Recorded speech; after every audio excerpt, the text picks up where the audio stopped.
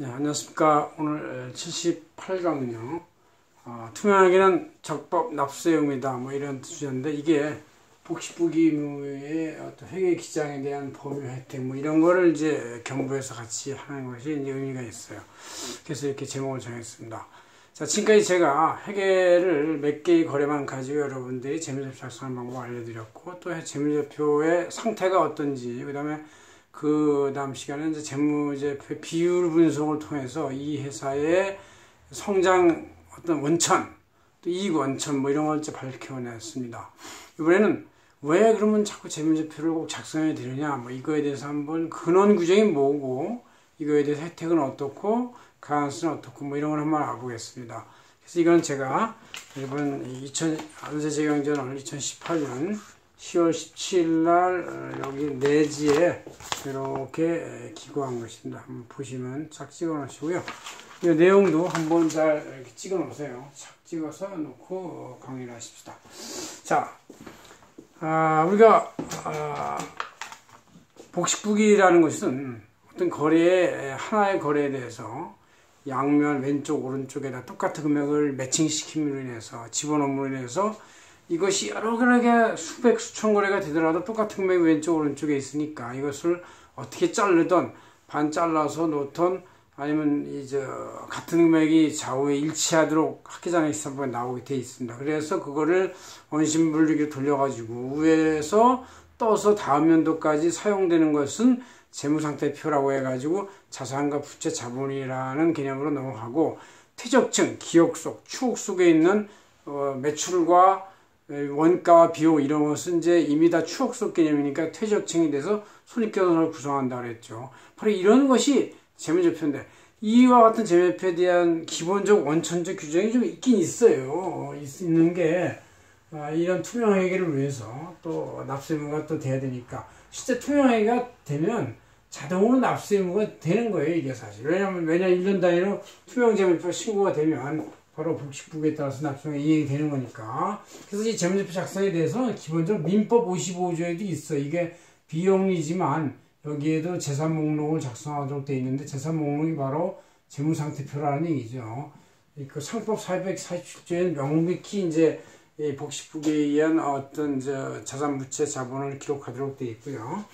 법인세 112조, 소득세법 160조 이렇게 되어 있고, 특히 법인은 무조건 복식부기를 기장해야 되니까 이제 이거는 얘기할 게 없는데, 개인은 이제 규모에 따라서 소규모는 복식부기하지 않아도 되는 게 약간 차별화가 돼 있습니다. 왜냐하면 이제 그 인력이 없을 수도 있고 그 비용이 비싸다고 느낄 수도 있기 때문에, 그래서 이렇게 되는 것이다 얘기죠. 그래서 이렇게 장부비치 기장들이 이제 기정이 돼 있다 이런 얘기예요. 그래서 우리가 이렇게 되는데, 이걸 한번 구분해서 보면은 복식부기에 의한 대차평균 원리는 모든 법인은 해당이 된다 이거예요.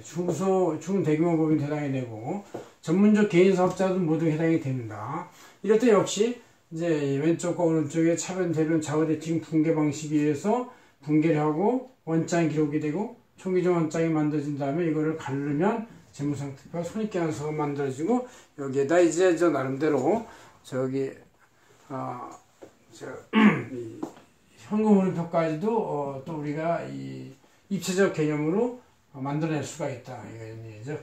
그렇게 있고, 그 대상은 이런 모든 법인이지만 개인의 경우는 작년도 매출액이 농업, 축산업, 도소매업은 3억 이상인 경우고, 제조업이나 음식 숙박업은 1.5억 이상인 경우고, 임대서비스업은 7,500만 원 이상인 경우는 무조건 대차평균에 의한 복식부기를 해야 되겠다. 그렇게 이제 되어 있는 것이죠. 이렇게 되어 있는데, 그 다음 이제 이거보다 참 작은 규모들은 복식부기까지는 안 해도 되겠다. 그래서 간편장부라는 개념이 있어요. 간편장부. 소규모 개인 사업자인데, 이 사람들은 아까 말한 이 기준에 미만인 사람들, 일정 규모 미만의 개인에 한해서 농축수나 도소매업 3억 미만 이상에서 미만으로, 제조 음식 숙박도 1.5억 이상에서 미만, 이렇게 임대수 서비스업, 전문서 이런 이런 사람들은 간편장부만 해도 되는데, 국세청에서 고시한 최소장부의 개념은 매출장이나 수입 금액이 들어오는 명세, 옛날 단식부기에서의 그 매출 명세 같은 거예요. 비용 지출사항, 뭐 이거 두 개만 가지면 우리가 복식부기에 의한 손익계산서하고 거의 비슷하다고 볼 수 있어요. 건비지출사항 모든 것과 매출정하면 이제 손익계산서지 뭐요. 그냥 고정자산 증감사항, 이게 재무상태표 일종이라고 볼 수 있어요. 기타 참고사항이니까 되고.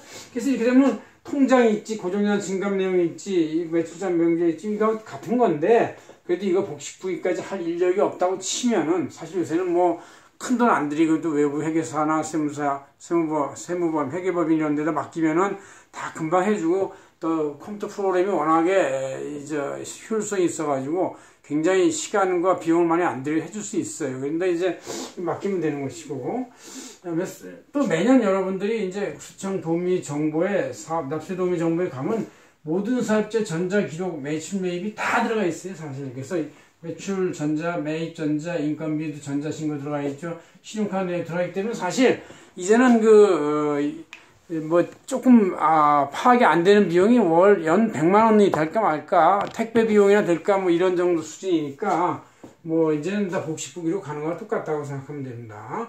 이렇게 해서 이제 소규모 사업자는 일단 약간의 간편 장부를 해줄 수 있다는 얘기죠.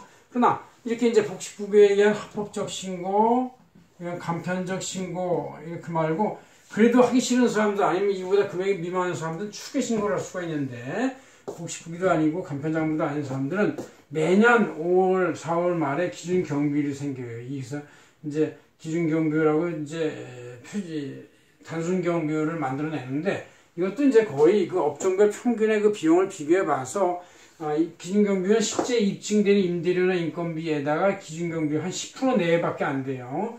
전체 단순경비율은 한 4, 50% 되고, 업종에 따른 70% 되는 경우도 있는데, 어쨌든 이렇게 하는 경우를 할지라도 소득 가산율이라는 게 한 2 내지 3배가 있기 때문에 아무리 이런 걸 단순경비율 이런 걸 하더라도 실제 복식부기로 한 것보다 소득이 더 높게 나와요, 요새는요. 이게 왜 두세 배쯤 하면은 뭐 사실 50%의 단순경비율인데, 그러면 소득률이 50%인데 50%에 2배 하면 100% 된다는 얘기니까 한 푼도 비용 인정 못 받고 되는 거니까 의미가 없어요, 요새는요. 그렇지만 그래도 뭐 추계 신고를 하게 되면 어쨌든 이건 이제 제대로 된 합법적 신고가 아니니까 여기에 이제 무기자 가산세가 20% 적용되고 각종 생계나 미오류 가산세도 있다 이런 얘기죠. 그러나 이 복식부기한 장부를 하고 또 간편장부도 요건에 맞게 한다면 적법기장의 세액공제를 하는데 특히 개인사업자만 적용하는 것이다는 얘기죠. 왜? 법인은 무조건 해야 되는 게 원래부터 의무니까. 상법과 민법에 의한